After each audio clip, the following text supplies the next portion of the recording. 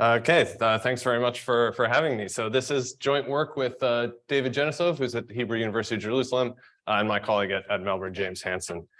So the starting point for motivating this paper is this large and very influential literature on search in dynamic general equilibrium models, and we're mostly focusing here on the quantitative literature here. And so we're going to try to address and answer two questions within this literature, so which have so far remained largely unexplored. The first one is about the importance of assumptions on information at the point in the model when agents transact. So by far the dominant assumption within these models is that agents are transacting by some kind of complete information mechanism. This is typically Nash bargaining, but maybe also Bertrand competition and things like this. However, there's growing evidence that complete information cannot explain real-world bargaining outcomes. So this literature has been growing a lot recently. So we have some of the papers listed here, and there's actually more since we put these slides together. And this is actually kind of a problem if you're going to take this type of model to the data, because we have this very famous result by Meyerson and Satterthwaite that says that in situations where you have incomplete information, two-sided incomplete information, you're going to rule out ex post efficient trade. So if we think of a normal sort of complete information trading environment, a buyer and a seller meet in the market, and whenever the buyer's valuation exceeds the seller's valuation, you're always going to have trade. And the only thing that you're sort of distinguishing at that point is the division of surplus. So how much surplus is going to go to the buyer and how much is going to go to the seller.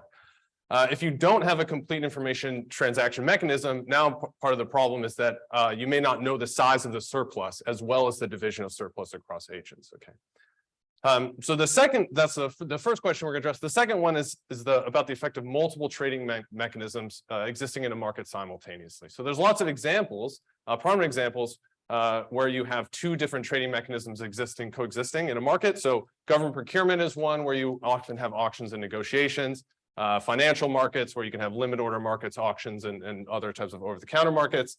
Housing is going to be the empirical application for this paper, where at least in Australia we have transactions by both auction and negotiation, and online markets. Probably the famous one in empirical I/O is eBay, where you've got the auction and the buy it now button. And these are going to matter as well because mechanisms are going to differ in trade probabilities. They're going to differ in total surplus, and they're going to differ in surplus division. They may also differ in things like search and transaction costs, which we're going to focus on in this project as well.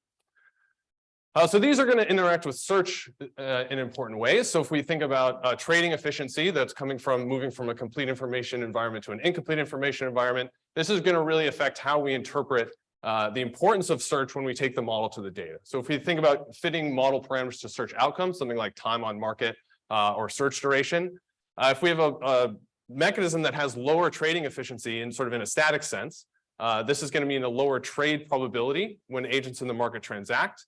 That's going to mean that we need more matches are required to rationalize the trade durations that we observe in the data, and that's going to be translated into the model in some form of greater search intensity.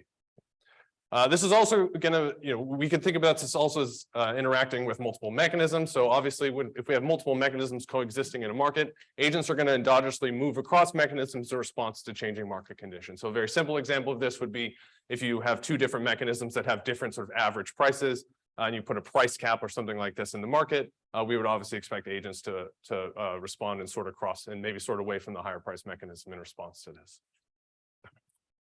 So what our model is going to do is provide a framework to jointly study both two-sided incomplete information and multiple trading mechanisms within a Diamond-Mortensen-Pisaridis model. So we're going to have agents in the model that search in either a bargaining mechanism or an auction mechanism, both models featuring two-sided incomplete information and mechanism-specific costs of search.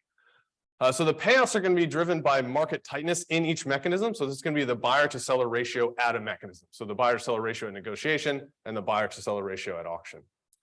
And then our sort of main equilibrium assumption here is that buyers and sellers are going to sort into markets to satisfy a mechanism indifference condition. So basically buyers and sellers are going to sort into mechanisms in an ex ante sense before their private information is revealed.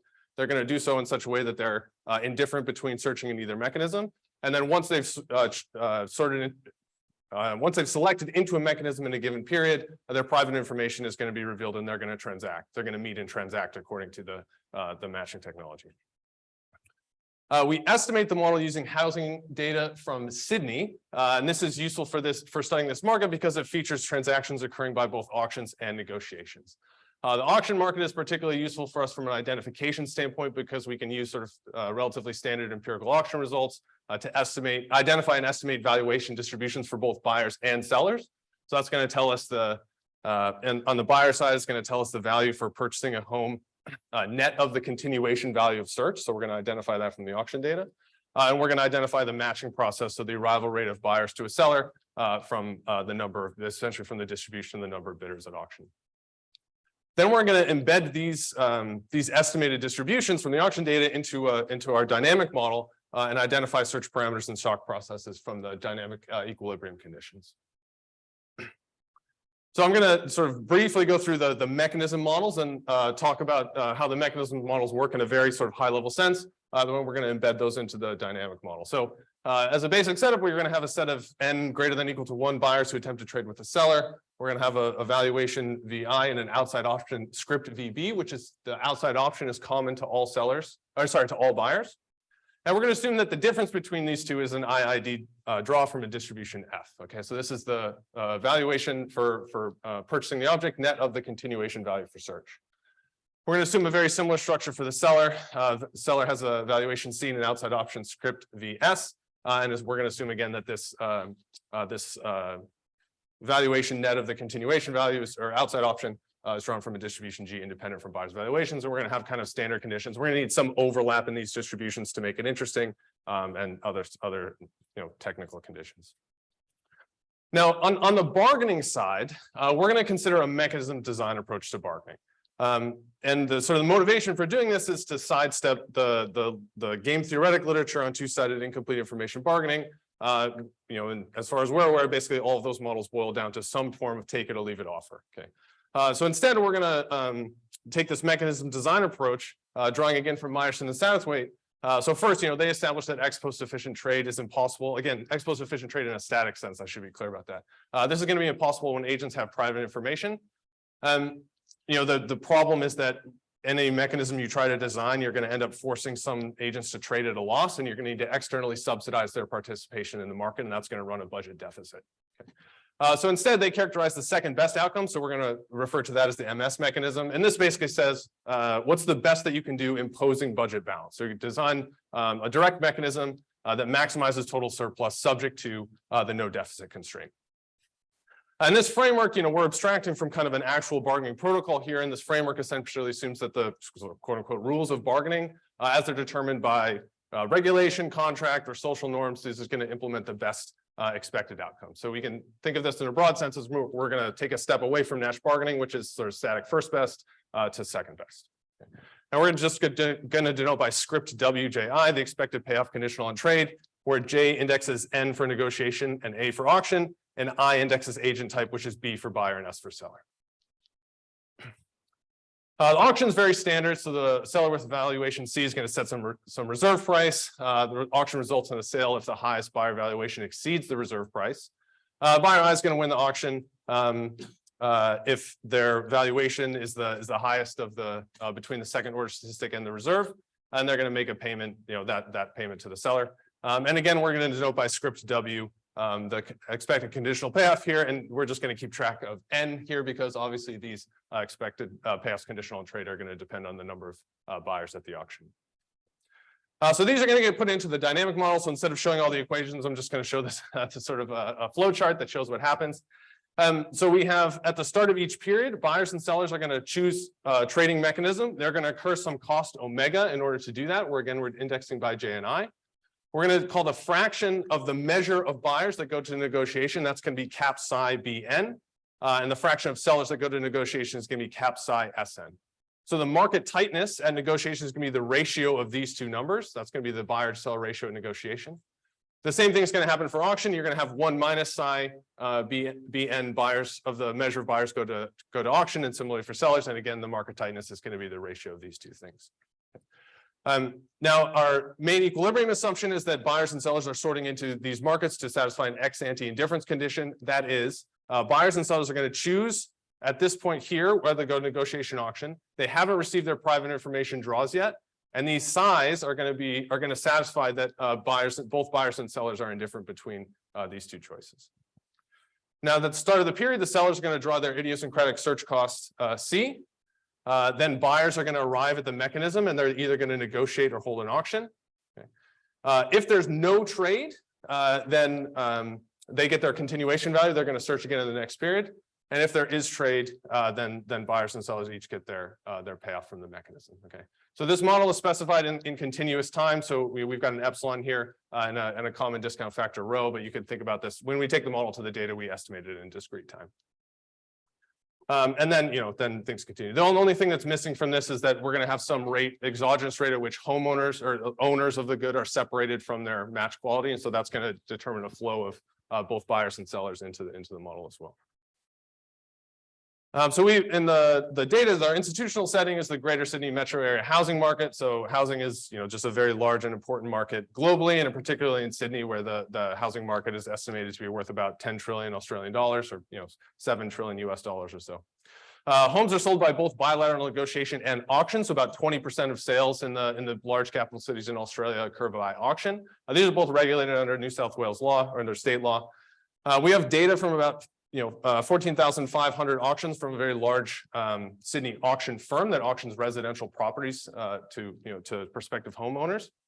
All the auctions are English auctions, so these are kind of very heavily regulated. There's a very strict set of rules that people have to follow. The important thing is that the seller here can set a binding reserve price in a very particular way. And we combine the auction data with transaction data for all properties in Sydney from 2011 to 2016. So in terms of estimation, I've got about we estimate the primitives of the transaction mechanisms using the microdata. So this is going to give us the distributions of buyers and sellers valuations, again, net of the continuation value for search. We're going to estimate arrival processes of buyers to auction using the observed distribution of buyers at auction that we see in the data. We're going to use this the estimated distributions along with an assumption that the distributions are common across both mechanisms. So you have the distribution of buyers and sellers are common across both mechanisms. We're going to estimate the Myers and Southwaite efficiency parameter, which we call here eta. That's going to determine how much inefficiency is occurring in the second best on the arrival process and negotiation to match observed seller time on market. Then we're going to embed these into the dynamic model. So this is going to sort of solve the quote unquote full model for our flow payoffs, which are our search costs and some of the other dynamic parameters. And essentially, we're going to plug in, we're going to use these estimated distributions to get the endogenous variables like price and so on. And that's going to allow us to identify the search costs as well as the mass of buyers and sellers that search in both mechanisms. So this is a visualization of the steady state. So you can think about this solid black line represents the implicit function where it's the auction market tightness as a function of auction market tightness as a function of negotiation market tightness, such that buyers are ex ante indifferent between searching at negotiation or searching at auction. Okay, so that's the solid black line. You can see that this is increasing essentially as negotiation market tightness goes up. Auction market tightness, that's going to decrease sort of buyer's valuation. Auction market tightness has to go up in order to similarly decrease buyer's auction valuation. We have the same kind of line for sellers. This is this dashed line, and this is this intersection point here. This is our equilibrium. So this is our steady state equilibrium. So you can think about what we're doing here is we're specifying what the valuations are. We're going to shift around the steady state cost parameters like our search costs in order to get an intersection between these two functions at exactly the market tightness that we observe in the data at each mechanism. Okay, so that's the solution process for finding the steady state. So these graphs show the distributions of buyers and sellers valuations. So one of the interesting things here on the graph on the left, we can see that buyers valuations in the dashed line have much greater dispersion than sellers valuations, which is the solid line.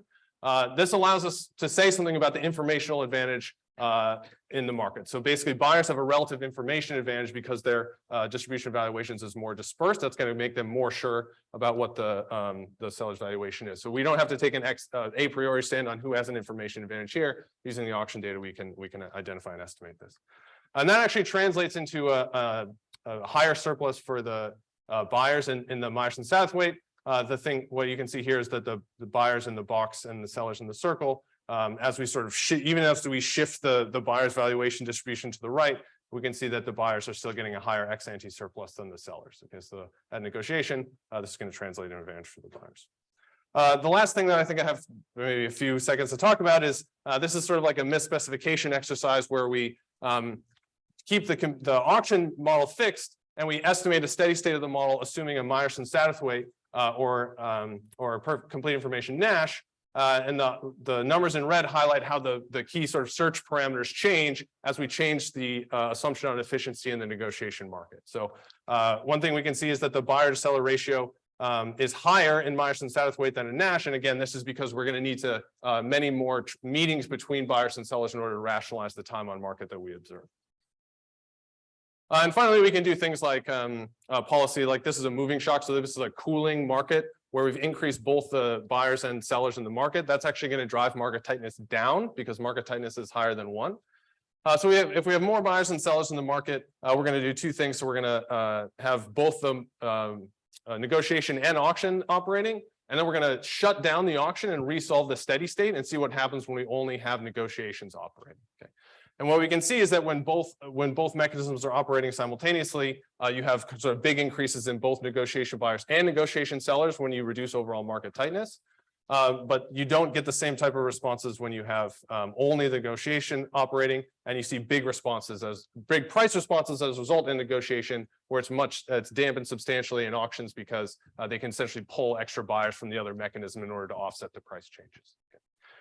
So just to briefly conclude, so this is our study about incomplete information and multi-mechanisms on search and price formation. We basically want to next turn to look at policy like taxes and information disclosure laws as a way of moving forward and kind of turning this to policy. So thanks very much.